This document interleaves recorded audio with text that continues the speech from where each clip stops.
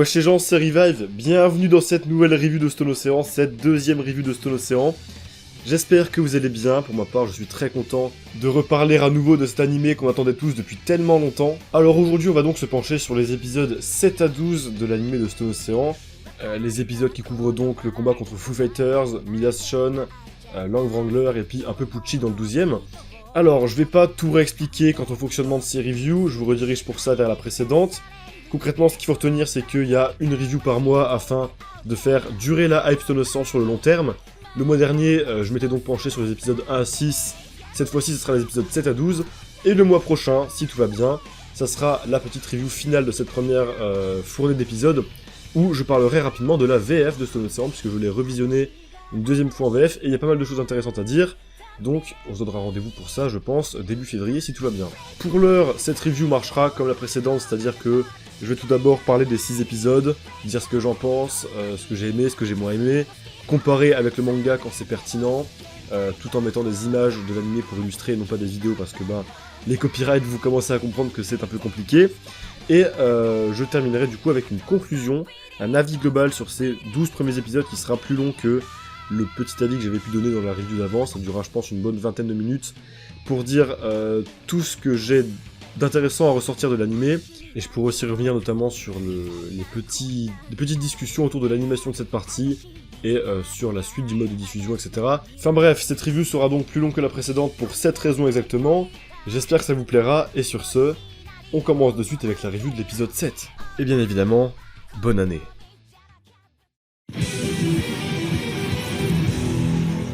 Ok, alors du coup on va commencer cette review avec l'épisode 7, épisode 7 qui était vraiment très très cool. J'ai déjà beaucoup aimé la scène d'introduction où on voit les 2 ou 3 prisonniers se faire totalement défoncer par Foo Fighters. Une bonne intro, franchement, une petite ambiance sombre, etc. Tout ce qu'on voulait pour cette scène, et c'est franchement une très bonne réussite. Et du coup, après l'opening, on a le droit à la scène, une autre scène avec ce cher Lokobaro et Charlotte. Rien de spécial à dire, c'est marrant, voilà, j'aime beaucoup le seiyuu qui fait un très bon taf et qui me fait encore plus rire que dans le manga. Et première chose qu'on remarque avec cet épisode, c'est que bordel, ça se passe dehors. Voilà, premier épisode de Stone Ocean qui se passe entièrement dehors. Et bordel, mais qu'est-ce que c'est beau, ces couleurs, je trouve vraiment la palette de couleurs de Stone Ocean absolument incroyable. C'est extrêmement lumineux, c'est extrêmement vif, je sais pas si on peut, des couleurs vives, mais je sais pas si on peut dire que c'est vif, bref t'as compris, ce sont des couleurs très très vives. C'est globalement la même direction artistique que Golden Wind, à peu de choses près, mais ça marche extrêmement bien. Je sais qu'il y a des gens qui se plaignaient un peu que les couleurs pouvaient paraître un peu fades dans la prison, etc. Mais tu regardes l'épisode 7, tu regardes l'épisode 8, bordel que les couleurs sont belles, bordel quand on prend plein la vue. Ça fait vraiment extrêmement plaisir. Par contre, techniquement, ouais, maintenant que je suis sur un plan là de mon côté, il faut que j'en parle. C'est vrai que j'avais dit dans la première partie de la review que je mets beaucoup les personnages gris en fond. Alors en l'occurrence, les personnages grisés dans la prison, ça passe bien parce que ça donne un peu un aspect de foule, et puis il n'y a pas forcément nécessité à dessiner ces personnages. Là par contre, quand on retrouve nos 5 personnages, donc Hermès, Jolyne et les 3 autres, les 4 autres, enfin bref, vous avez compris, des fois, ils seront dessinés en gris, et là c'est dommage parce que du coup ça nique un peu l'immersion. On a un peu plus de mal à essayer de savoir mais qui était là depuis le début, qui ne l'était pas, etc. Ce qui du coup nique un petit peu l'attention, et je trouvais ça vraiment très dommage de eux les dessiner en gris. Évidemment c'est pas toujours le cas, et encore heureux, mais je pense qu'il fallait vraiment pas du tout les dessiner en gris de l'épisode. Petit regret, mais c'est pas très très grave. Alors en scène marquante, j'ai relevé Jolyne du coup qui se sert de Stone Free pour envoyer la merde du garde sur lui finalement. Alors c'est une scène que j'aime plutôt bien, qui est plutôt marrante, etc. Par contre là on va arriver à l'un des problèmes que je teasais beaucoup dans la review d'avant, c'est qu'ils nous foutent le thème de Stone Ocean à toutes les sauces. Alors avant le thème de Golden Wind c'était pour les giga finish, etc. Pour le finish de Chocolata où ils avaient sorti le piano, etc. Il était régulier, il était assez souvent utilisé, thème de Giorno, mais c'était pas à ce point. Là bordel, pour une scène où c'est littéralement Jolyne qui envoie de la merde avec son stand sur un gardien de prison, il y avait vraiment pas nécessité de mettre le thème de Jolyne, surtout si c'est pour le mettre littéralement 10 ou 20 secondes. C'est dommage, encore une fois, je me répète, le thème est très très varié, le thème a beaucoup de sonorités, donc du coup ça passe, mais on l'entend quand même beaucoup trop souvent je trouve, et ça accentue cette espèce de manque d'OST, j'ai l'impression, avec ça et le thème de Stardust, avec les OST de Stardust. Je trouve qu'il y a beaucoup de très bonnes OST, mais qu'elles sont assez sous-exploitées, au profit du thème de Stone Ocean, qui en effet est exceptionnel. Yugo Kanno, tu as fait un thème incroyable, mais je pense qu'il fallait un peu mieux gérer l'utilisation, parce que là on l'a littéralement à toutes les sauces, et ça détruit un peu l'impact qu'il peut avoir, je trouve. Détruit, c'est peut-être un peu fort, mais ça l'amoindrit, vous avez compris, quoi. Sinon, il y a deux scènes, les deux scènes finalement de fin d'épisode, enfin c'est pas exactement les dernières, mais deux scènes qui arrivent en dernière partie d'épisode que j'ai énormément adoré. La première, c'est la démultiplication de Foo Fighters avec Hermès sous l'eau, etc. Il y a un color shift que j'aime énormément, qu'on avait déjà vu dans le trailer, qu'on revoit ici, mais qui marche franchement trop bien. Tu ressens bien la pression sous-marine, le fait qu'il y a beaucoup trop de Foo Fighters, etc. Ce bleu, ce violet foncé, etc. Les pupilles d'Hermès un peu vertes, un peu cyan. J'aime énormément ce color shift, il rend super bien. Et mixé avec les sound design excellents et la scène de Jolene qui court sur ses fils avec une superbe impact frame que j'ai énormément aimé. Franchement, c'est une super scène. En plus, il y a un petit finish enfin un petit finish, c'est pas le finish, mais un petit coup de hola hola à la fin. J'ai beaucoup aimé cette scène-là, un très beau color shift. La scène où Jolene déroule son corps est très belle. Très bien réalisé, etc. J'ai énormément adoré. Et là, je suis sur un plan aussi qui me fait penser à ça. Pour l'aspect purement technique de l'épisode, il y a pas mal de scènes, pas mal de plans où il y a des lignes grasses qui sont utilisées. Ça, j'en avais déjà parlé dans la review d'avant, mais il y en a particulièrement dans cet épisode, et ça rend juste trop bien. Les lignes grasses dans les épisodes de Jojo, bordel, j'en veux plus. C'est super beau et ça augmente beaucoup l'impact de certains plans. Donc ça, c'est un gros oui. Ok, on passe donc à l'épisode 8. Excusez-moi encore une fois pour les clics de souris, ils commencent à être habitués, j'imagine. Alors, première scène que j'ai beaucoup aimée, c'est évidemment le reveal de Foo Fighters. J'aime bien parce que, à la manière du combat contre Manhattan Transfer, c'est une scène qui est bien plus compréhensible que dans le manga. Non pas qu'elle ne l'était pas dans le manga, c'était relativement clair tout de même. Mais là, ça l'est encore plus parce que du coup, le même seiyuu est utilisé pour les trois filles. Du coup, on comprend bien que le corps de Fighters avait été séparé, etc. Et bah, le seiyuu de Foo Fighters, je l'aime plutôt bien. Je sais pas si on va beaucoup l'entendre du coup parce que je ne pense pas que ce soit le même seiyuu que celui de Foo Fighters, enfin que celle de Foo Fighters dans le corps d'Atroé. J'en suis même quasiment certain que non. Ou alors ils ont fait vraiment beaucoup d'effets dans la voix, etc. Ouais, une scène très sympa, c'est plus compréhensible et j'aime bien la gueule qu'a Foo Fighters. Suite à ça, la scène de l'1v1 entre Jolene et Foo Fighters, parce que oui, les deux vont se séparer du coup. J'aime beaucoup, encore une fois, la mise en scène est assez terrifiante. On a le droit à un color shift, encore une fois, très convaincant, voilà. Ce bleu, ce vert, ce rose. J'aime énormément les color shifts de Stone Ocean, et celui-là vient le prouver une fois de plus. Scène qui se terminera avec d'ailleurs un superbe impact frame de Foo Fighters qui va du coup se ruer sur Hermès pour la rattraper. Une course-poursuite d'ailleurs très cool, voilà, très bien mise en scène avec une OST très cool, voilà, une très bonne OST qui fout bien dans le thème et qui fait ressentir un peu l'urgence du moment, etc. Donc ouais, j'ai beaucoup aimé et il en va de même pour la scène où Jolene arrive et décide finalement de laisser Foo Fighters en vie. Voilà, très bien. Je suis allé assez rapidement sur cette description de fin de combat contre Foo Fighters, mais c'était vraiment cool, voilà, bien mise en scène. Pas mal de bonnes utilisations d'OST pour une fois, des color shifts très cool, des belles compositions, etc. Bref, du David Prod comme on l'aime, j'ai rien de spécial à dire, il n'y a rien de spécialement grandiloquent non plus, mais ça marche très bien et c'était très cool. Par contre, j'ai quelques petits trucs à dire d'intéressant sur la dernière partie de l'épisode, donc avec la scène où Foo Fighters se ramène dans le corps d'Atroé. Voilà, je suis en train de flex avec le fait que la femme s'appelle Atroé, mais c'est l'animé qui me l'a rappelé, je vous rassure. Du coup oui, on avait le droit à une sacrée scène d'humour dans le manga. Là, les grandes lignes sont gardées, voilà. On retrouve le fait que son rêve quand elle était petite c'était de se faire kidnapper, du coup elle se perdait exprès dans les grands magasins pour ça. Je sais pas si on l'a vu, je sais pas si cette ligne de dialogue là était gardée, mais en tout cas oui, elle dit qu'elle rêvait d'être kidnappée. La scène où elle va aller lécher l'eau partout, etc. c'est gardé, et il en va de même pour le moment où elle range les disques dans ses seins qu'elle fait grossir. Évidemment, la scène aurait eu beaucoup moins de fun si elle les avait rangés ailleurs, donc je suis content qu'ils l'ont gardé.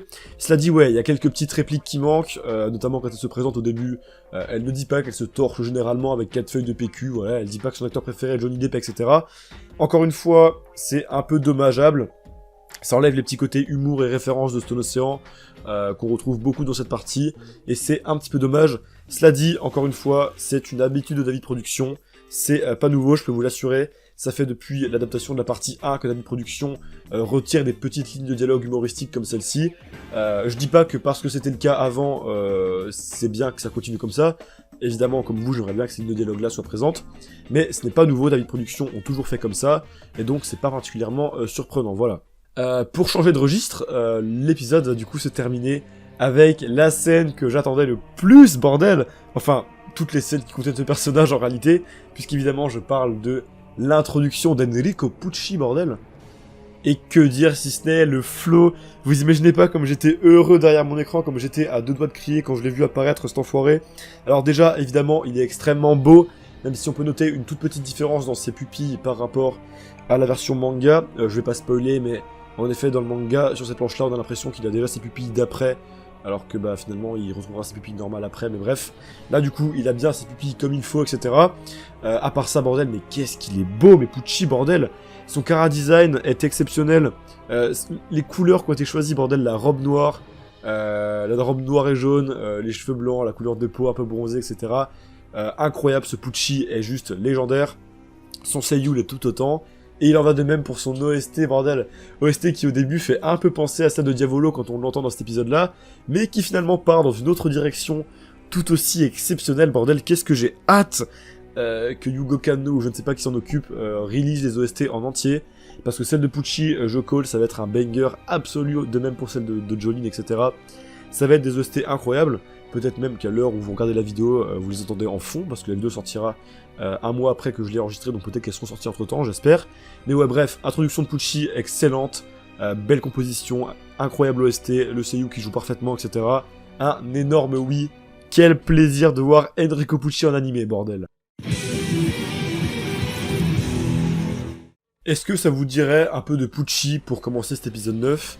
Moi, évidemment, je tiens à dire que cet épisode 9, c'est un épisode que j'aime énormément parce que c'est un de mes combats préférés de la partie. Et, petit spoiler, mais je trouve qu'il était particulièrement réussi, voilà. Bref, introduction donc de Midas Shon avec ce cher Pucci et ses cerises. Franchement, je suis désolé, mais je vais être absolument dithyrambique sur chaque scène avec Pucci parce qu'elles sont juste absolument réussies de A à Z, en fait, j'ai rien d'autre à dire. Le seiyuu, encore une fois, il fait un taf monstrueux. J'aime énormément son changement de caractère à Pucci là quand il se met tout d'un coup à frapper Midas Shon. On commence à comprendre, les Animal commencent à comprendre à ce moment-là que le type est complètement fou, que ce personnage de prêtre est complètement malade, à fond dans la religion, et qui tape des énormes crises, bordel, mais tout en gardant, en fait, il tape des énormes crises, mais tout en gardant un certain charisme, à la différence de Diavolo qui lui part littéralement en couille. Et c'est tellement ce que j'adore dans ce personnage de Pucci, c'est que peu importe ce qu'il fait, qu'il compte les nombres premiers, qu'il chante Alléluia, qu'il bouffe des cerises, qu'il défonce quelqu'un, il est toujours propre sur lui, il garde toujours une classe exceptionnelle, et c'est le seul antagoniste de Jojo à faire ça, en vrai peut-être avec Valentine, mais c'est pour ça que j'aime Pucci, bordel, il a une classe exceptionnelle, toujours propre sur lui, etc. Et je trouve que le seiyuu et le chara-design retranscrivent parfaitement ça. L'OST, encore une fois, on entend cette fois-ci l'OST de Pucci, le moment de l'OST de Pucci, à moins que ce soit deux différents, je n'en sais rien, qu'on avait entendu lors de l'event, donc avec l'orgue. Et bordel, cet orgue, je l'ai déjà en tête, voilà, l'OST m'est déjà rentré en tête tellement elle est folle. Voilà, j'attends de voir les grands moments avec cet orgue-là, cet OST-là. Mais en tout cas, pour ces deux scènes d'introduction de Pucci, c'est parfaitement réussi, vraiment excellent. Et pour ce qui est de Midas Shon, bah écoutez, encore une fois, très très bien. J'aime beaucoup sa voix très posée, très blasée, ça colle beaucoup à son chara-design et son caractère démo gothique. Et vous verrez que même quand elle s'énerve, ça marche plutôt bien. Donc ouais, une fois de plus, David Production, on fait le casting parfait, et le seiyuu de Marilyn Manson, de Midas Shon, pardon, est très très cool. D'ailleurs, je me rends compte que c'est possible que ça sature un peu depuis tout à l'heure, donc je vais me reculer gentiment mon micro, parce que je tiens à vos oreilles et à votre confort sonore, tout de même, c'est le plus important. Bref, du coup commence le combat contre cette chère Midas Shon, avec du coup évidemment les lancers de balles, les paris, etc. Encore une fois, la mise en scène fait énormément le taf, j'ai rien de spécial à dire en vrai. Il n'y a pas spécialement d'idée exceptionnelle, c'est vraiment du Jojo basique, mais ça marche toujours très très bien. Si, j'ai quand même noté les lignes qui sont dessinées comme des lames de rasoir à un moment. J'aime énormément cette idée, voilà, ils tentent des trucs sur les démarcations de lignes, et j'aime énormément le rendu. Également, je trouve que le ciel en orange, en mode coucher de soleil, etc., il est très très très très beau pour le coup. Une ambiance un peu sombre, un peu coucher de soleil, etc. Et ça sera renforcé quand Marilyn Manson finira par apparaître. Marilyn Manson qui a quand même un sacré flow, on va pas se mentir. Il y a notamment un plan où Marilyn Manson apparaît avec le coucher de soleil derrière. Bordel, le flow, bordel, que cette palette de couleurs est harmonieuse. Et bordel, que ça régale visuellement aussi bien que ça terrifie. Vraiment, j'adore le chara-design de ce stand. Et il est magnifié dans cet animé. Et le point culminant de tout ça, du coup, ça va être eh ben, le donut d'Hermès qui va se faire choper son foie. Et bordel, encore une fois, il y a des plans, mais d'une beauté, mais c'est vraiment incroyable. Le plan où on voit Hermès se faire donut avec le foie qui ressort, le plan juste après avec le coucher de soleil et les barbelés, etc. C'est vraiment super beau, c'est un régal pour les yeux cette séquence. Et je trouve que ça rend largement mieux que dans le manga, qui avait une ambiance relativement basique, mais là avec le coucher de soleil qui a été ajouté, parce que dans la coloration de Shueisha, c'était vraiment en plein jour, et ben ça ajoute vraiment une sacrée âme à la scène, et c'est vraiment ce qui manquait, je trouve, à ce début de combat contre Marilyn Manson. Donc, une fois de plus, merci à David Productions pour avoir sublimé le manga, les gars, vous êtes trop chauds. Et après ça, la suite du combat contre Marilyn Manson, du coup, qui va se poursuivre avec simplement Jolyne et Foo Fighters qui vont essayer de se faire les 100 lancers de plus, il me semble. Eh ben écoutez, c'est relativement sympathique, ça fait énormément de taf. En particulier, la scène dans le noir, qui m'avait déjà offert un de mes cuts préférés qu'on avait vu dans le trailer, à savoir le cut où Foo Fighters tire les espèces de balles vertes, là. L'ambiance dans le noir, franchement, elle est exceptionnelle. On ressent plus que jamais qu'ils sont dans le noir, encore plus que dans le manga, bien sûr, mais là, c'est particulièrement bien retranscrit avec les sons, la mise en scène, etc., le choix des plans. Très très bien, on ressent vraiment la tension que représente cette pièce entièrement noire plus que jamais. Et pour finir, le finish de Misason qu'on avait également vu dans le trailer, enfin en partie, la petite scène où Jolyne fait revenir la balle, etc. Un excellent finish, bordel, extrêmement badass.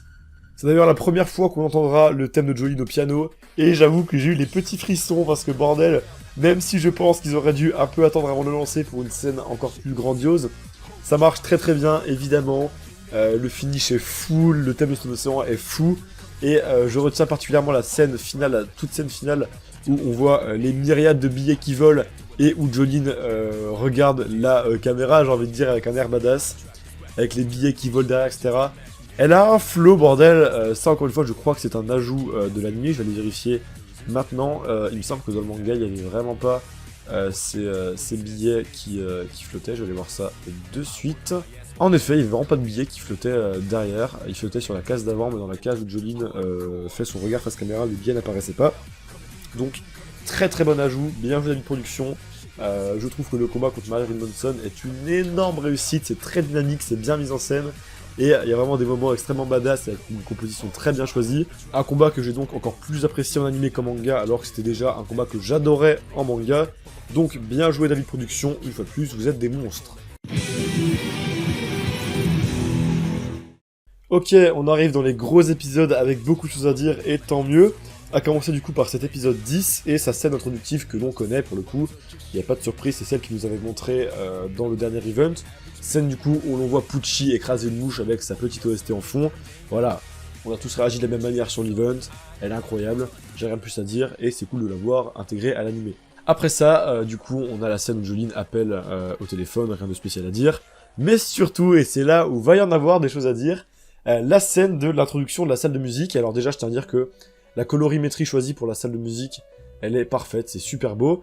Et là, il y a quand même de sacrés changements par rapport au manga, parce qu'en effet, Anasui est présent. De base, cette scène-là, c'est celle qui apparaissait... de base, le moment où on voit Anasui et Weather Report, c'est celle qui apparaissait lors du combat contre comment il s'appelle, Thunder McQueen avec Hermès. Là, du coup, normalement, cette scène-là, dans le manga, elle se passe même pas entièrement dans la salle de musique, mais dans un espèce de vieux couloir avec des instruments posés ça et là, et on ne voit que Weather Report, alors qu'ici, du coup, on voit Anasui et Weather Report avec, évidemment, qui en doutait, le fait qu'Anasui soit un homme. C'est vrai qu'il y a beaucoup de gens qui me demandaient ça, qui théorisaient là-dessus, qui me disaient, mais est-ce qu'on va avoir Anasui en femme qui va apparaître dès le début, etc. Parce que pour ceux qui ne savent pas, du coup, dans la scène qui se passe initialement pendant le combat contre McQueen, Anasui et Weather Report apparaissaient, et Anasui avait une forme de femme, voilà. Anasui était prévue initialement pour être une femme. Je ne vais pas vous dire pourquoi est-ce que ça a changé entre-temps, je n'en sais rien. Il y en a qui disent qu'à la base, Araki voulait faire une Jolyne lesbienne, mais que ça a été changé entre-temps parce que les éditeurs ne voulaient pas.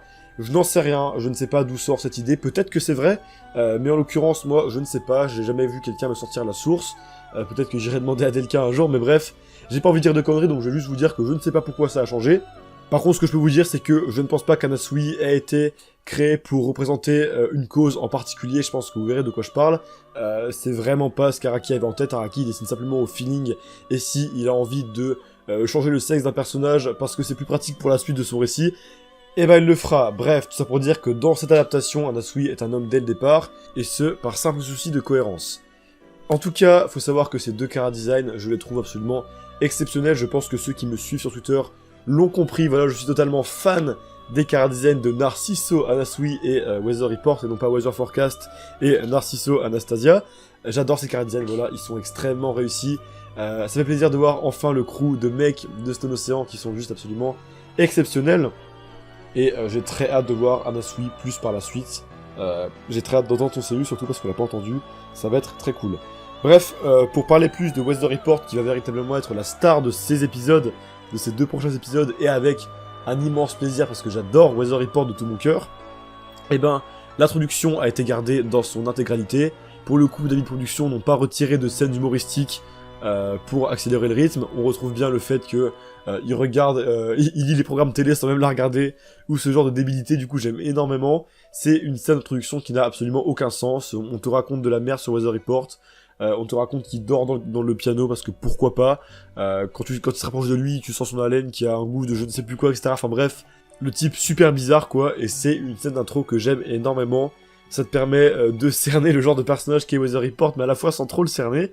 Et je trouve que c'est parfaitement réussi ici. En parlant de scène d'introduction, juste après, on a le droit à l'intro de son stand, au reveal de Weather Report du coup. Alors, il est très très cool ce reveal.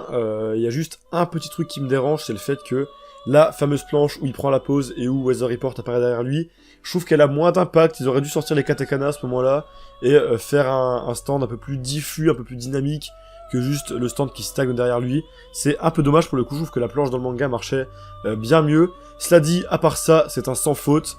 La manière dont le stand est révélé, l'OST, voilà, le thème de Weather Report, on va l'appeler comme ça, en attente d'un nom définitif, est vraiment excellente.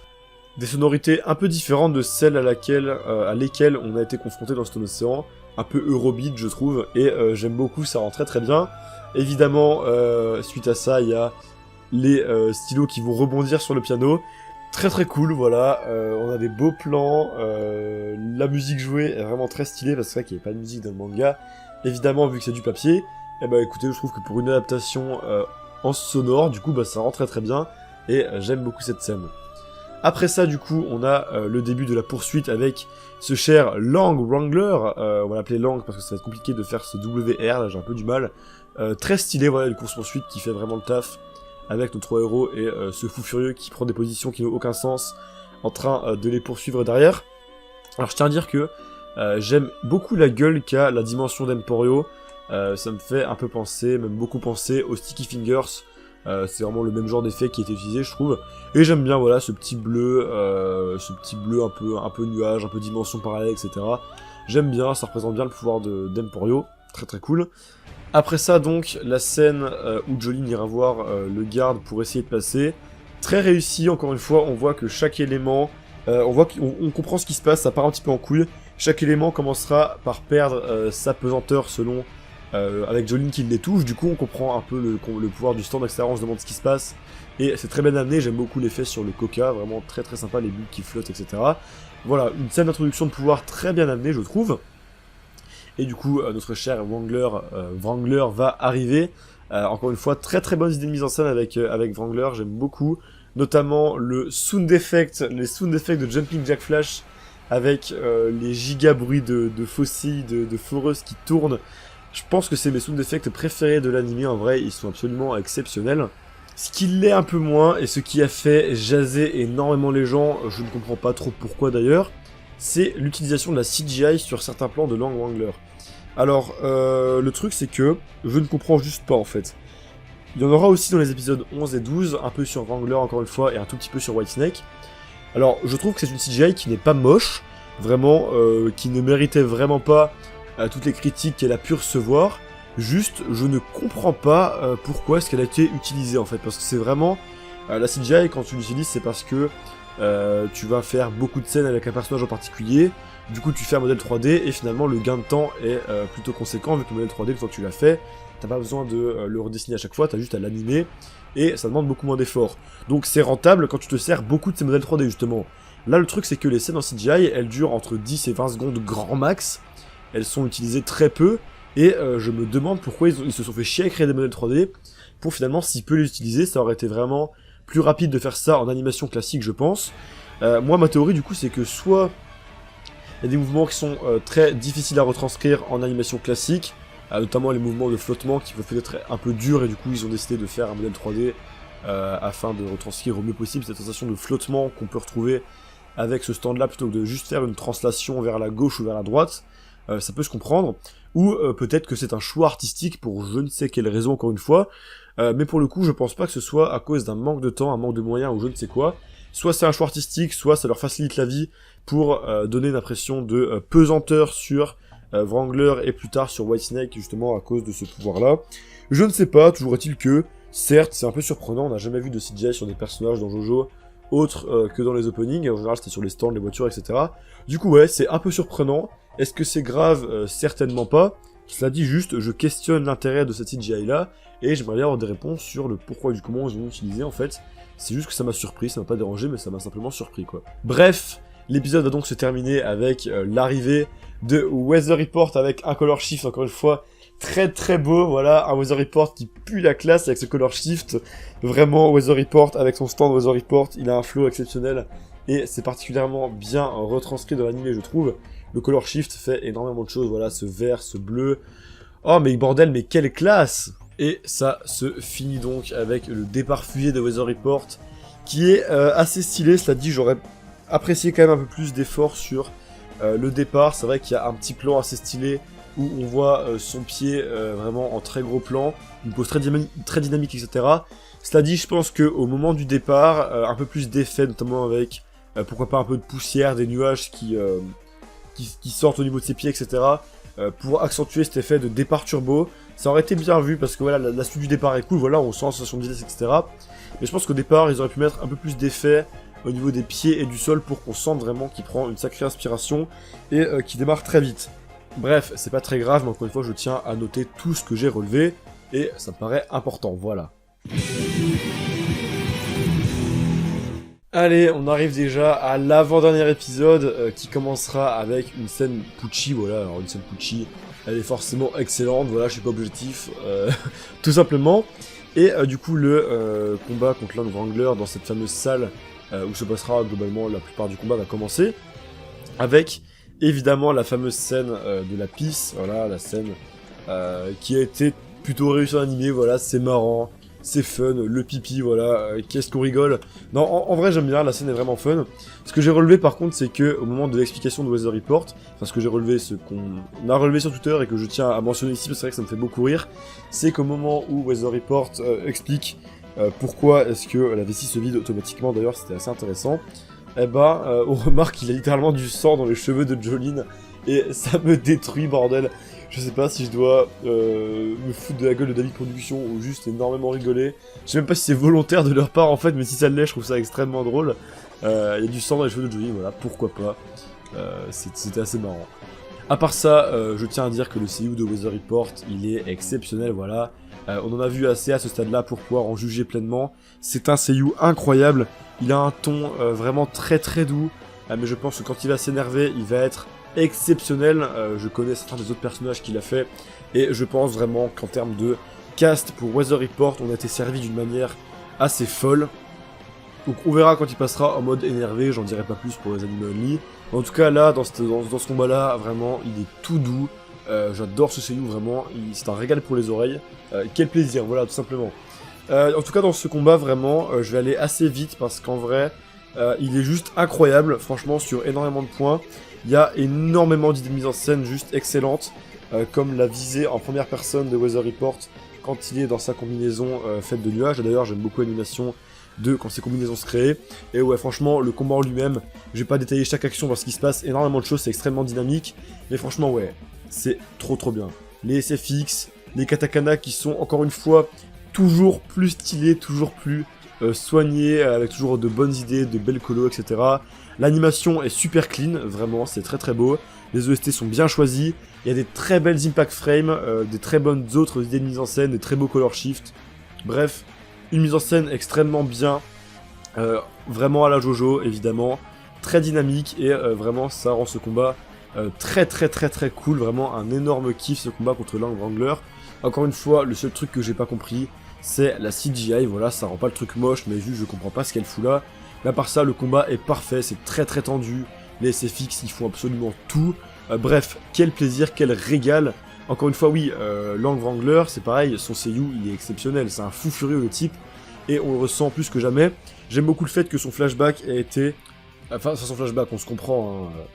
Son petit background avec le fait qu'il ait poignardé sa prof, là, bah, ça a été imagé, voilà, il y a une petite image où on le voit tenir un couteau, il me semble. Voilà, pourquoi pas, les flashbacks sont imagés, rien de bien fou, mais je tenais à le noter, ça rend le personnage encore plus terrifiant et j'aime beaucoup. Cela dit, la scène que je retiens particulièrement dans cet épisode, qui était déjà bien assez ouf comme ça, mais bordel, là, c'est un truc de fou, c'est le finish, bordel. Alors le finish, je vais être cash, c'est pour l'instant mon finish préféré de Stone Ocean, alors que bordel, entre celui de Guess et celui de Mination, il y avait de la concurrence, mais celui-là, vraiment, Jolyne qui arrive en mode présence divine, qui va se séparer de sa combinaison comme si elle sortait des nuages, etc. Il y a une partie de cette scène-là, un cut de cette scène-là qu'on avait déjà vu dans le trailer, mais là, bordel, mais c'est encore plus beau, sérieusement. Ce finish, il pue la classe. On dirait vraiment que Jolyne est une présence divine envoyée par les cieux pour défoncer Lang Wrangler. Et bordel, mais quel régal! Le Ola Ola le plus long qu'on a eu jusqu'à maintenant. Haifairu se démerde vraiment très bien. La planche du Ola Ola est très fidèle au manga. Vraiment, Jolyne prend la même pose. Et bordel que c'est stylé. J'aime beaucoup aussi le fait que ça fasse un petit lien, un petit miroir de Giorno finalement, puisque ça va se terminer de la même manière, à savoir Lang Wrangler, il va terminer comme une sale merde. Là, c'est pas dans une manne à ordure, mais c'est tout comme, avec les mêmes genres d'animation, etc. Vraiment mon aura préféré jusqu'à maintenant, le plus long, le mieux réalisé je trouve, et le plus impactant, vraiment un finish exceptionnel. Merci David Production pour les travaux. Voilà. Et du coup, dernière chose à relever dans l'épisode, évidemment, la confrontation avec Enrico Pucci. Encore une fois, vous allez commencer à être habitués.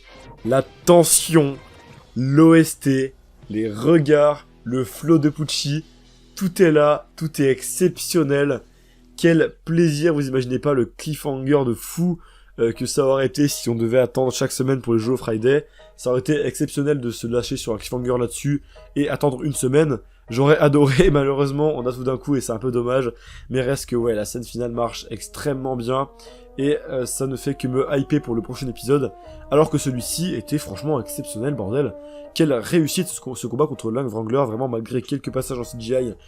Donc je questionne toujours l'utilité, c'était vraiment très stylé, très dynamique, et j'ai qu'une seule hâte à l'heure actuelle, c'est de le remater en VF, et même le remater en VO, encore une fois, le remater 3 fois en fait, comme l'intégralité de l'animé, parce que bordel, il faut encore profiter de ça, tellement on nous a régalé, voilà. Ça y est, dernier épisode déjà, et je call, je vous le dis tout de suite, c'est mon épisode préféré de cette première fournée avec le 5ème où il se passe ce qu'il se passe avec Jotaro, etc. Pour la simple et bonne raison où un épisode qui met en scène Pucci est forcément un bon épisode. Mais au-delà de mon fanboyisme, c'est vraiment un super épisode, et on va voir ça, mais avant toute chose, l'opening, bordel, quelle surprise! C'est absolument incroyable ce qui se passe, puisqu'en effet, on a le droit à un opening avec des SFX. Ça fait longtemps qu'on n'avait pas eu de SFX pour le premier opening. Je crois que c'était pas le cas pour Diamond Unbreakable pour Crazy Nice Bizarre Town. Je suis certain que c'était pas le cas pour Fighting Gold. Bah la première opening de la partie, on a des sound effects, on a des SFX qui sont évidemment d'une qualité exceptionnelle, et j'avoue que quand je l'ai découvert, j'étais refait, voilà. Je m'y attendais absolument pas qu'on ait les sound effects, et ça m'a vraiment régalé. Et surtout ce qui est intéressant du coup à noter avec ces sound effects là, c'est que ça veut très probablement dire qu'on aura 3 openings pour Stone Ocean. Je pense que s'ils sortent bien les épisodes par paquet de 12, 13, j'en reparlerai après de la suite de la diffusion, vous inquiétez pas. s'ils sortent bien les épisodes par série de 12-13, on aura sûrement du coup 3 fournées avec un opening à chaque fois. Et bordel, quel plaisir, moi plus il y a d'opening, plus je suis content. C'est très très cool, j'espère que les 2 autres seront également animés par Kamikaze Douga.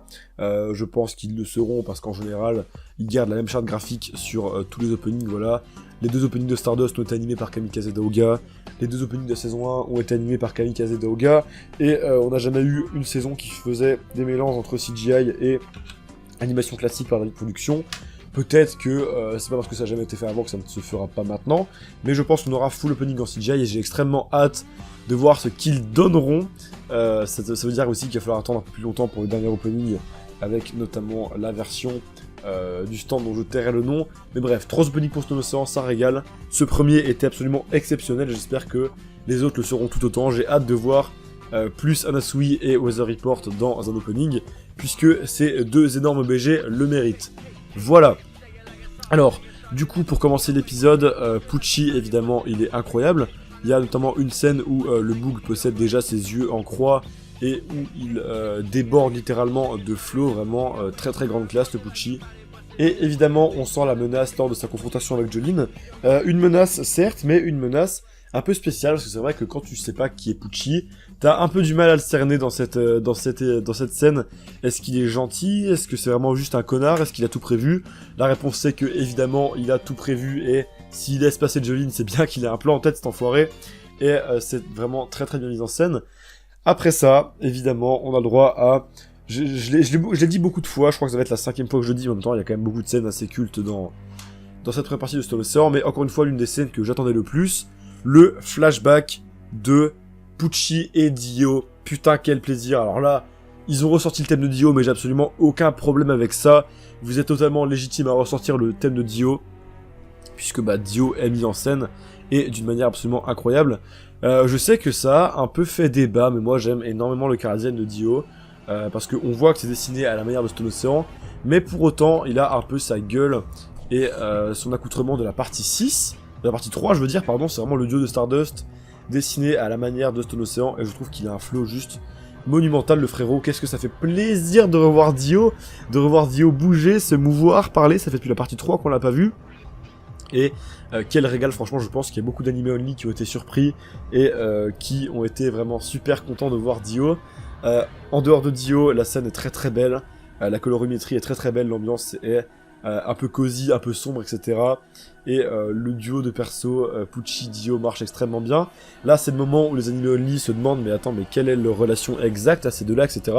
Et qui commencent à comprendre que le délire de Jolyne, de son emprisonnement, etc., ça cache quelque chose de bien plus gros, évidemment en rapport avec ce carnet que Jotaro a brûlé. Je sais plus s'ils disent le contenu du carnet, donc dans le doute, je vais pas le dire maintenant, mais le carnet que Jotaro a brûlé. Encore une fois, on voit un Jotaro avec son carnet de Stardust. J'ai d'ailleurs vu un mème très très drôle là-dessus sur Twitter, que je vous partagerai ici si je m'en rappelle, sinon c'était un mème où on voyait toutes les versions de Jotaro, genre en mode, tu vois, le Jotaro de la partie 3, version partie 6, Jotaro partie 4, version partie 6, etc. C'est vrai que Jotaro, on l'a vu à toutes les sauces, et c'est vraiment, ça me détruit. En tout cas, un très beau chara design, j'aime beaucoup.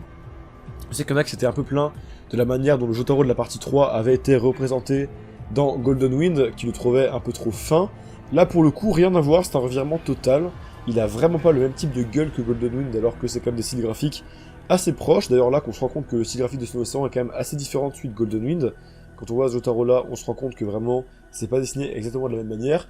Et il rend très très bien, voilà, il est très très BG ce Jotaro. Je l'aime vraiment beaucoup, évidemment, j'aime tous les Jotaro, mais celui-là est plutôt stylé, voilà. Bref, on va retourner dans le présent pour entamer la fameuse, la légendaire pluie de grenouilles qui est d'ores et déjà une scène culte. Elle est incroyable, franchement, les grenouilles qui tombent en masse, ça me détruit. J'aime énormément les modèles 3D des grenouilles qui se mouvoient un peu quand elles sont par terre, qui sont un peu gluantes, etc. La scène est culte, voilà, franchement, en plus d'être plutôt drôle, c'est super bien mis en scène. J'aime beaucoup notamment les vues de Jolyne, enfin les différents color shifts. Je dis ça parce que je viens d'en voir un. Et la vue de Jolyne en première personne qui a mis son... Enfin, c'est pas exactement en première personne, mais bref, c'est très très rapproché comme plan, quoi.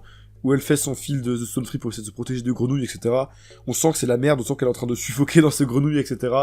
Et c'est très très très stylé. Mais évidemment, l'élément que je préfère dans cette pluie de grenouilles. Je suis désolé, je suis un fanboy, mais vraiment, c'est Pucci qui commence évidemment à faire son comptage de nombreux premiers absolument cultes. D'ailleurs, au début, on verra le nombre premier apparaître à l'écran. Avec le temps, au fil de l'épisode, ils vont disparaître. Mais j'aime beaucoup cette mise en scène. En tant que première scène mettant en scène, du coup, c'est nombre premier. C'est Money Laser fait apparaître, je trouve, même si je pense qu'ils auraient pu apparaître pendant tout le long qui compte les nombres premiers, ça aurait donné un petit aspect encore plus stylé, encore plus mise en scène, encore plus classe. Le Mapucci, c'est vrai que ce violet est très très classe, mais à part ça, franchement, il pue la classe. Quand il est en train de se plaindre que les grenouilles font des taches sur son pantalon à 800$, etc. Ça me détruit de rire, le seiyuu est juste beaucoup trop bien. Et quel plaisir de voir Pucci se plaindre et commencer à faire des dingueries comme réciter ses nombres premiers. Si vous saviez comment j'attendais de voir les scènes où Pucci récitait les nombres premiers, bah franchement, je suis pas déçu. Il me détruit, son charisme est incroyable. Et bref, j'ai rien d'autre à dire si ce n'est que vive Pucci et qu'il était parfaitement réussi, bordel, incroyable. Du coup, après ça, petite remarque, c'est vrai que ça m'avait un peu trigger. Il y a une CGI assez spéciale qui a été appliquée sur Whitesnake. Encore une fois, elle est pas moche, mais encore une fois, je ne comprends pas ce qu'elle fout là. Surtout que là, pour Whitesnake, c'est encore moins compréhensible que pour Lang Wrangler, vu que bah là, il n'y a pas spécialement de notion de flottement lié à son stand, etc. Je comprends pas juste ce qu'elle fout là, cette CGI. Cela dit, en dehors de ça, l'après pluie de grenouilles, très très stylé, une ambiance un peu... après la bataille, tu vois Jolene qui est enseveli de grenouilles, etc. Whitesnake qui se balade et qui va récupérer le disque avec la même pose que dans le manga. Une pose absolument incroyable. La planche est reprise telle qu'elle. Et bordel qu'elle est stylée, bordel que les couleurs sont stylées. Franchement, très très gros kiff cette planche. Pour ce qui est de la confrontation et la fin de la scène, franchement, j'ai rien d'autre à dire si ce n'est que c'est grandiose pour moi. La deuxième scène grandiose de cet animé, déjà avec Whitesnake qui va hausser le ton pour insulter Jolene, etc. On commence à voir les prémices du seiyuu de Pucci qui va vraiment être très très bon. Si le seiyuu de Whitesnake est bien celui de Pucci, d'ailleurs, faudrait que je fasse des recherches ou que vous me confirmiez en commentaire. Mais en tout cas, Whitesnake qui s'énerve, ça marche très très bien. Et évidemment, la scène où Jolene va envoyer le disque avec Pucci qui lâche son putain de regard en mode c'est bon, c'est pas grave, tout se passe comme prévu. Tout va bien, j'ai encore le disque souvenir ou le disque stand, je ne sais plus. Franchement, il va partir après avec un flow monstrueux. Encore une fois, la menace de Pucci se fait parfaitement ressentir. Et pour ce qui est de l'envoi du disque en lui-même, l'OST est franchement légendaire, exceptionnel cette OST. Et la planche avec Jotaro qui apparaît dans les airs après à côté de ce petit oiseau qui transporte le disque, a été reprise, voilà, la même planche que dans le manga, encore une fois, une planche qui était absolument culte, qui a été reprise d'une manière tout aussi culte, et franchement, ouais, tout était parfait dans cette scène finale, la composition, l'OST, les couleurs, l'envol de l'oiseau, Pucci qui se barre en mode badass, exceptionnel, franchement exceptionnel, j'aime énormément cette OST, et la reprise de la classe finale, vraiment, elle me fout des frissons, et vous savez, aussi bien que moi, que les lecteurs du manga, vous savez aussi bien que moi que si cette planche-là a été réussie, alors il y a une autre planche en particulier qui le sera tout autant, et bordel que j'ai hâte, ça va être juste fou. Bref, un épisode incroyable parce que Pucci, parce que Flashback avec Dio extrêmement réussi, parce qu'opening avec SFX, parce que scène finale absolument grandiose, entre l'envol de l'oiseau, les couleurs, l'apparition de Jotaro dans les cieux, Pucci qui se barre en mode badass, et en plus la scène de la pluie de grenouilles qui était particulièrement réussie, bref, une réussite totale cet épisode, et mon préféré de cette première fournée d'épisodes avec le 5ème, et sans aucun débat, vraiment une énorme réussite. Quel plaisir de voir cette scène-là, ce premier gros tournant de Stone Ocean finalement, d'ailleurs ces 12 épisodes s'arrêtent vraiment au bon moment pour le coup, premier gros tournant parce que ça y est, l'un des objectifs a été réussi, le disque a été renvoyé, première confrontation contre Pucci aussi, hein, confrontation assez indirecte mais quand même première confrontation pour Pucci. C'était un épisode à ne pas foirer car un véritable tournant, le premier gros tournant de Stone Ocean, et il a été réussi sur toute la ligne. Donc un énorme bravo à David Productions qui nous auront fait quitter cette première session de Stone Ocean avec à la fois un immense sourire parce que c'était beaucoup trop bien, et à la fois un seum monstrueux de se dire qu'on va devoir attendre la suite. Mais bref, c'était fou et c'est tout ce qui compte. Ah oui, et j'ai zappé, mais il y a aussi une scène post-générique dans laquelle on voit ce cher Sportsmax qui va donc recevoir l'os de Dio de son ami Pucci. j'en parlerai pas plus, vous verrez en quoi consiste cet os. Qu'est-ce que ça veut dire exactement cette scène post-générique?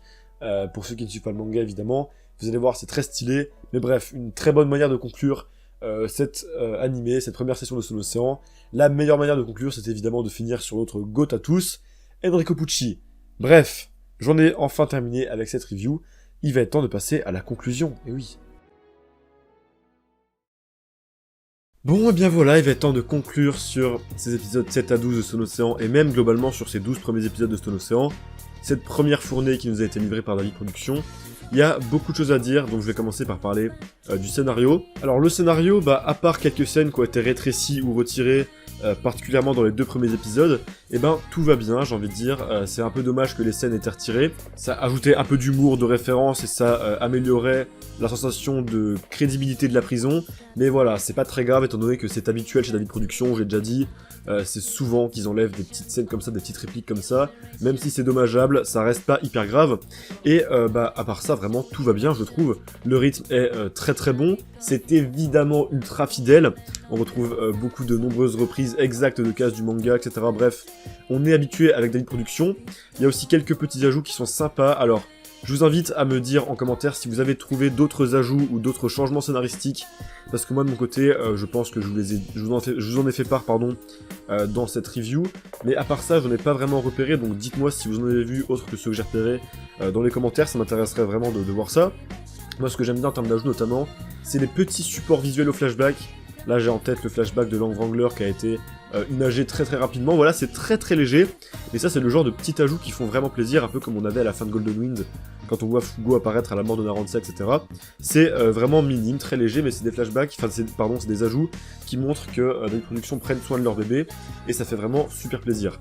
En parlant de flashbacks, je trouve qu'ils sont très très très très bons, particulièrement celui avec Pucci et Dio, qui est vraiment très très cool, il y a une superbe ambiance, une superbe colorimétrie, etc. Et vraiment, pour ceux qui ont lu le manga, vous savez que c'est une partie qui possède probablement les meilleurs flashbacks du manga, à mon humble avis. Il y a des flashbacks de fou furieux dans cette partie, notamment un en particulier, vous savez très bien de quoi je parle. Si les flashbacks qu'on a eus sont déjà d'une excellente qualité comme ça, je pense qu'on peut être confiant pour le flashback auquel je pense, et j'ai extrêmement hâte de voir ça, même s'il va falloir être évidemment un peu patient. À part ça, en termes d'adaptation, il y a vraiment 2 choses qui m'ont particulièrement marqué. De 1, c'est évidemment la scène de Jotaro et Jonin que j'attendais particulièrement et qui est absolument folle. Voilà, j'en ai déjà assez parlé dans la première review, mais cette scène-là, elle est excellente sur tous les points, c'est un sans faute absolu. Et évidemment, vous l'avez compris dans cette review-là cette fois, Pucci. Tout ce qui concerne Pucci dans cet animé est réussi, que ce soit son chara design, son seiyuu, sa palette de couleurs, les OST, la mise en scène de l'épisode 12 entier, etc. Enfin bref, Pucci est incroyable, tout ce qui gravite autour de Pucci est incroyable, même Whitesnake qui est super beau, etc. C'est un énorme plaisir, et vraiment c'est une de mes plus grosses attentes que j'avais pour Solo Océan, c'est que Pucci soit réussi, et que Pucci est un charisme encore démultiplié par rapport au manga, qui crève l'écran véritablement, étant donné que vous le savez, c'est un personnage que j'aime énormément. Donc voir un Pucci à qui ils ont rendu honneur à ce point, ça me fait énormément plaisir, vraiment. Et ce qui est cool, c'est que dans ces 12 premiers épisodes, on a vraiment eu le droit à des thèmes et des tons très variés. On a eu des épisodes badass, des épisodes drôles, des épisodes un peu plus intelligents et tendus, des épisodes full tension, full émotion même, vraiment tout ce mélange qu'on recherche dans JoJo finalement, et c'est très cool d'avoir eu différents aperçus de ce que pourraient donner ces épisodes-là pour les plus grandes scènes par la suite, c'est bien, on a eu un concentré de tout ce qu'on aime dans JoJo, et ça fait super plaisir. Bon, voilà, niveau scénario, j'ai quasi rien à redire de négatif et que du positif à en tirer. Par contre, pour ce qui est de la technique, je pensais pas que ça faisait débat à ce point en réalité. Je sais que au début, à la sortie des épisodes, etc., je voyais des gens qui étaient en mode techniquement, Stone Ocean c'est un peu moins bon que Golden Wind, et moi, sous le coup de la hype, parce que c'est vrai que la hype peut rendre un petit peu aveugle, je n'étais pas d'accord avec ça, je trouvais que techniquement il n'y avait aucun problème dans Stone Ocean, que c'était tout aussi quali que Golden Wind, etc. Je dois vous avouer qu'après mon revisionnage en VF que j'ai fait récemment, mon avis a un peu changé et je commence à comprendre les critiques qui ont été faites. Même vous, j'ai vu qu'en commentaire, il y avait beaucoup de gens qui se plaignaient un peu de la qualité technique de Stone Ocean. Donc ça va être l'occasion de revenir là-dessus, puisque c'est vrai qu'il y a un assez gros débat là-dessus, et j'ai pas mal de choses à dire.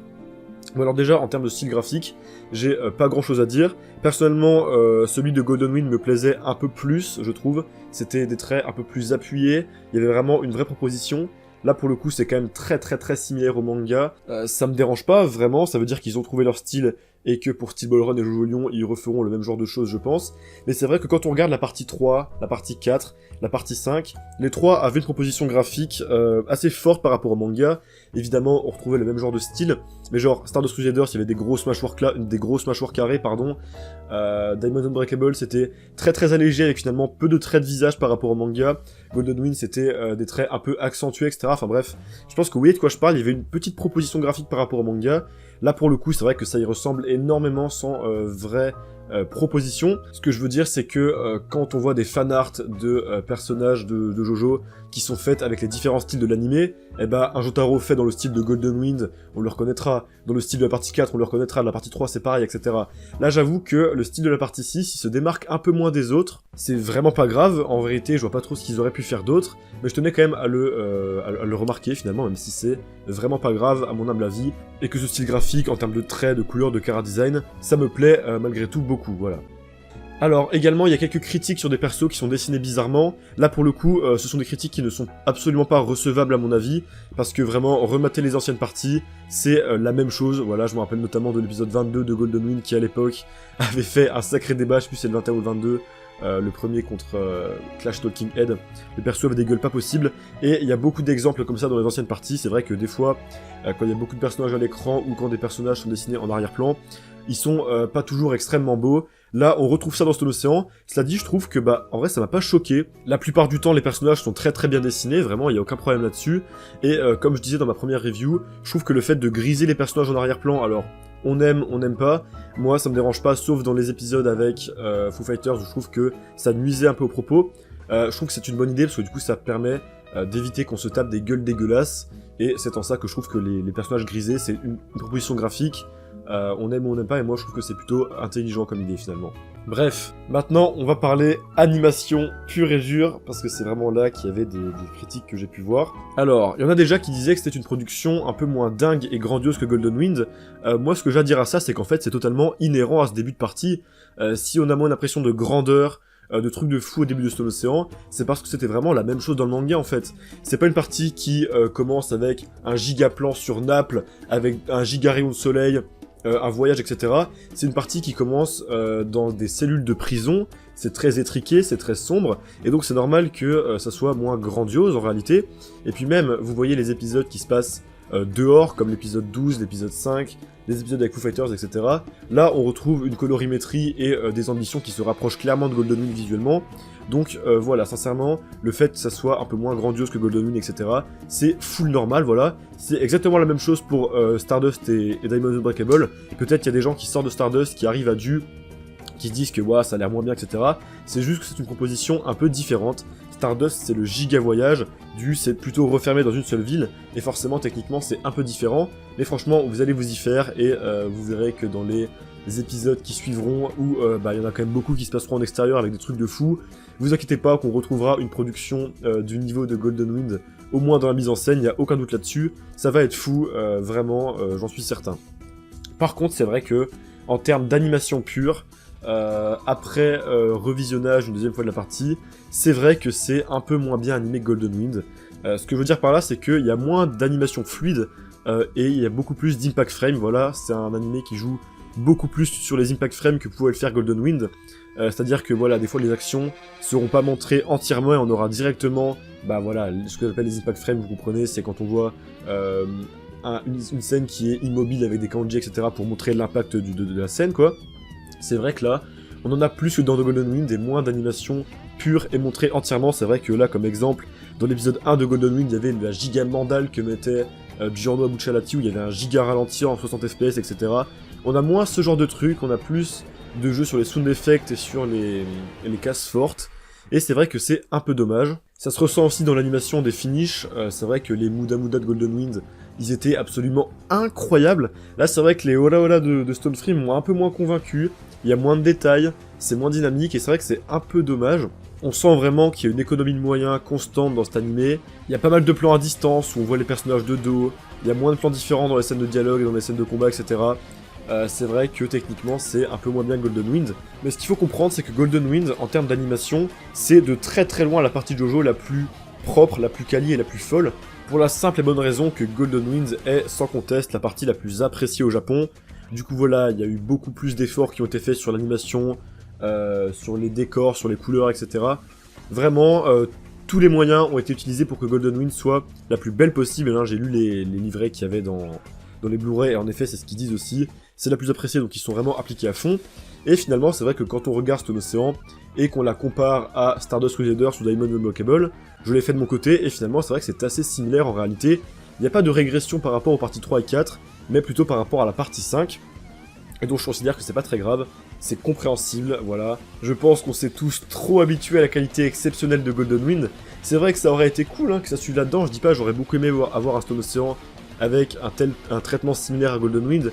Cela dit, voilà, je dis pas que c'est bien, je dis juste que c'est excusable et compréhensible, et que c'est vraiment loin d'être aussi grave que certains disent, et que quand on compare à la partie 1, 2, 3, 4, finalement, en termes d'animation et de mise en scène, c'est assez similaire. C'est juste Golden Wind qui était vraiment au-dessus des autres, et c'est pas très grave, voilà. Après, en effet, on sait pas trop ce qui se passe en interne. Peut-être qu'à la base, ils avaient vraiment les mêmes ambitions que Stone Ocean, mais que certains facteurs, comme le changement du mode de diffusion qui peut entraîner, pourquoi pas, des délais un peu plus courts, ou encore l'absence de Naoka Tsuda, leur ont fait revoir leur plan un peu à la baisse. Mais bref, moi je trouve que c'est pas très grave, que ça fait énormément le taf dans tous les cas. Ça reste très cool, vraiment. Il y a énormément d'excellentes idées de mise en scène, c'est très dynamique, il y a certains cuts vraiment sublimes, et encore une fois je me répète, mais les épisodes 5 et 12 sont incroyables, et ça peut annoncer que du bon pour des épisodes d'une telle ambition plus tard. Voilà, j'ai confiance dans la vie de production, franchement, je sais qu'ils sont capables de faire des grandes choses, RPZ Blomby. Je sais aussi qu'il y en a qui sont inquiets pour la suite, parce que de ce que j'ai compris, il y a beaucoup de crédits à la fin de l'épisode 12, et normalement c'est pas censé arriver avant les épisodes finaux. Du coup il y en a qui ont peu confiance, qui ont peur que ça perde en qualité avec les prochains épisodes.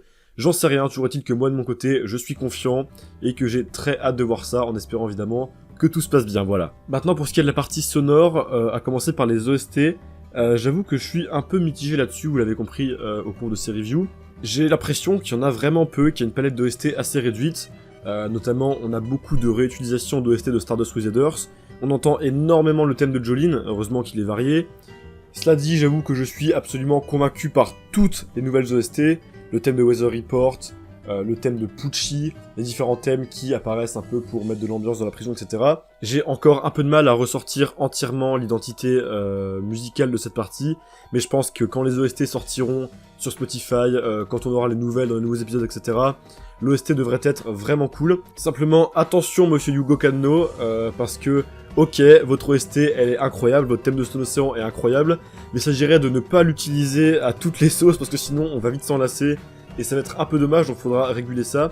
Et également, je trouve qu'il y a certaines OST qui ressemblent beaucoup à des précédentes, donc voilà, j'espère que ça s'étoffera encore plus avec le temps. J'ai aucun doute là-dessus, normalement ça devrait le faire.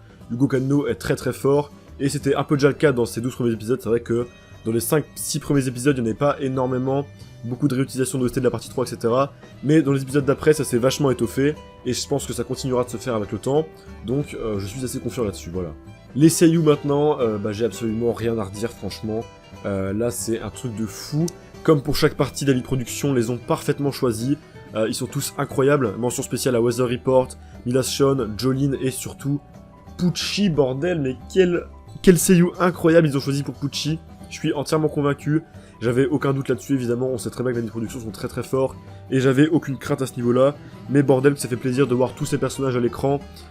Avec un charisme encore sublimé par rapport au manga.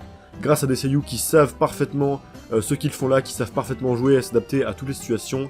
Vraiment un énorme banger. Ces seiyuu-là sont tous fous. Et bordel, Pucci, je t'aime, voilà. Pour terminer avec la partie audio, j'ai déjà dit dans la première review, mais que ça soit aussi bien l'opening que l'ending, je les adore tous les deux, ils sont exceptionnels. Ils ont sorti le sound effect dès le premier opening et ça je trouve ça incroyable.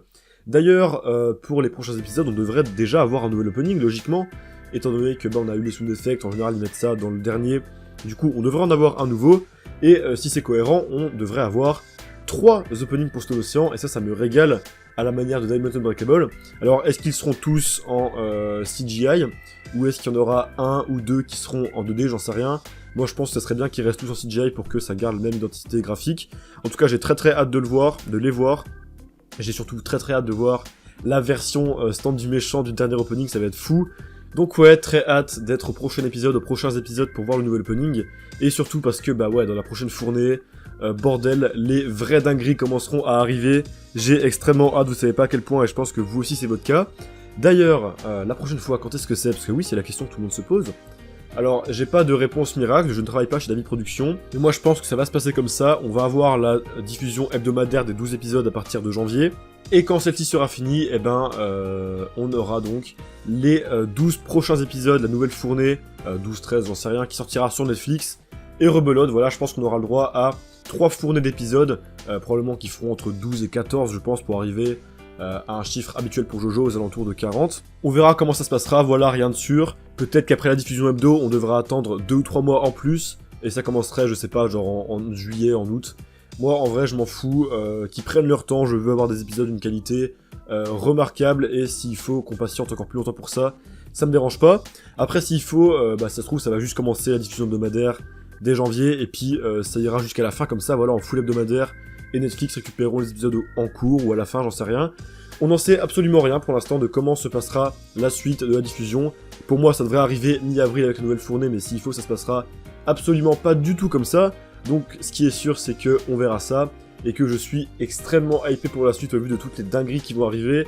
Là, on a vraiment vu l'introduction de Stone Ocean, c'est vraiment tranquille par rapport à tout ce qui va se passer par la suite.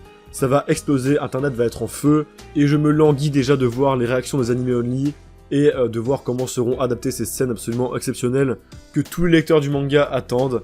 Enfin voilà, ça va être fou, bordel. Bon, et bien voilà, je crois que j'ai dit tout ce que je voulais dire sur cette première fournée des épisodes de Stone Ocean.